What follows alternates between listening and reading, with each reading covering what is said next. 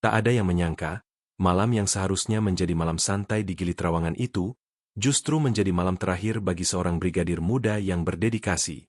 Namanya Nur Hadi. Usianya baru 32 tahun. Ia dikenal rekan-rekannya sebagai sosok pendiam, tapi sangat tegas dan teliti dalam tugas. Ia baru saja dipindahkan ke Propam NTB, sebuah unit yang tak semua polisi ingin berada di dalamnya. Terlalu banyak rahasia, terlalu banyak musuh diam-diam. Selama 2 bulan terakhir, Nur Hadi merasa ada yang mengikutinya. Ia sempat berkata ke istrinya, "Elma, kalau aku kenapa-kenapa, jangan percaya semua yang muncul di berita." Kalimat itu terngiang di kepala Elma saat menerima telepon dari seorang rekan Nur Hadi. Malam itu, "Mbak, Nur Hadi ditemukan di kolam. Sudah tidak bernyawa." Tangis Elma pecah. Tapi yang membuatnya lebih hancur bukan hanya kabar duka itu, melainkan bagaimana kasus itu dikaburkan sejak detik pertama. Laporan awal menyebut Nur Hadi tenggelam karena kelelahan berenang. Tapi Elma tahu, suaminya takut air. Ia bahkan tidak bisa berenang. Pihak keluarga curiga. Saat jenazah tiba di rumah duka, luka-luka di tubuh Nur Hadi tak bisa disembunyikan. Lehernya memar, ada bekas cakaran di lengan, dan lidahnya patah. Fakta ini tidak tercatat di laporan medis awal. Klinik tempat jenazah dibawa pertama kali menyatakan kematian alami, tanpa otopsi lengkap. Elma langsung melapor ke Bareskrim. Penyelidikan pun dibuka kembali.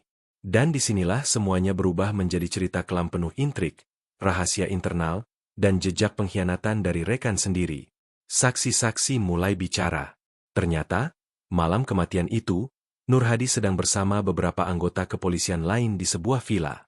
3 orang teridentifikasi, Kompol Yogi, atasannya langsung, Ibda Haris, kolega satu unit, dan seorang wanita muda bernama Misri, dikenal sebagai pendamping, tidak resmi, dalam beberapa pertemuan informal.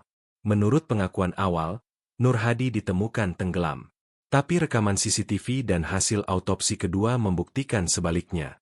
Ia sempat dipukuli, bahkan diseret. Ada suara teriakan di malam itu, namun dimatikan musik keras dari speaker villa. Dan Misri, sosok muda 23 tahun dari Jambi yang terjebak dalam lingkaran itu, ikut menyaksikan segalanya. Ia hanya menangis saat ditanya penyidik. "Saya tidak berani melawan. Mereka bilang kalau saya bicara, saya akan bernasib sama." Perlahan, satu persatu fakta mengerikan terungkap. Motifnya bukan sekadar pertengkaran atau kecelakaan. Nur Hadi ternyata sedang menyelidiki pelanggaran kode etik oleh atasannya. Ia menemukan data manipulasi dana operasional, intimidasi terhadap personel rendah, dan transaksi yang mencurigakan dalam pengadaan barang inventaris. Dan dalam diam, Nur Hadi mencatat semuanya. Ia bahkan menyimpan salinan data di flash disk kecil yang ia sembunyikan di dalam jaket. Flash disk itulah yang akhirnya menjadi kunci. Saat penggeledahan, flash disk itu ditemukan oleh tim khusus Bareskrim. Di dalamnya, semua dokumen rahasia, rekaman percakapan, dan laporan pelanggaran tersimpan rapi. Rupanya, malam itu, Nur Hadi hendak mengungkapkannya. Ia mengira bisa bicara secara pribadi.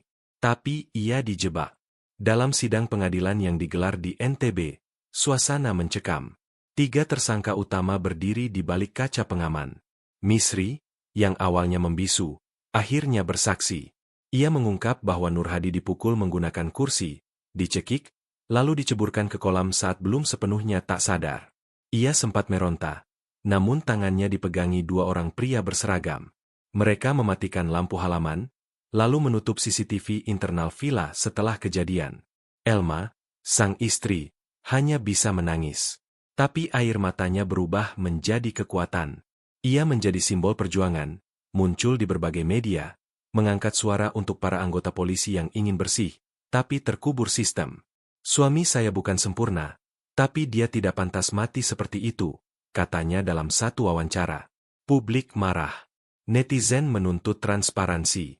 #keadilan untuk Nur Hadi menjadi trending di media sosial. Bahkan Kapolri turun langsung memerintahkan agar tidak ada lagi intervensi kasus. 4 bulan setelah kejadian, putusan dijatuhkan. Kompol Yogi dan Ibda Haris divonis penjara seumur hidup atas pembunuhan berencana. Misri dihukum 6 tahun sebagai saksi pelaku yang kooperatif. Klinik yang memalsukan laporan medis ditutup dan dokter utamanya dicabut izin praktik. Namun satu hal yang tak pernah kembali adalah Nur Hadi, brigadir muda yang hanya ingin menjalankan tugas dengan benar. Ia tidak mati sia-sia. Namanya kini dikenang sebagai pejuang keadilan di tubuh kepolisian. Dan kisahnya menjadi cambuk keras bagi siapapun yang ingin menyembunyikan kebenaran di balik seragam.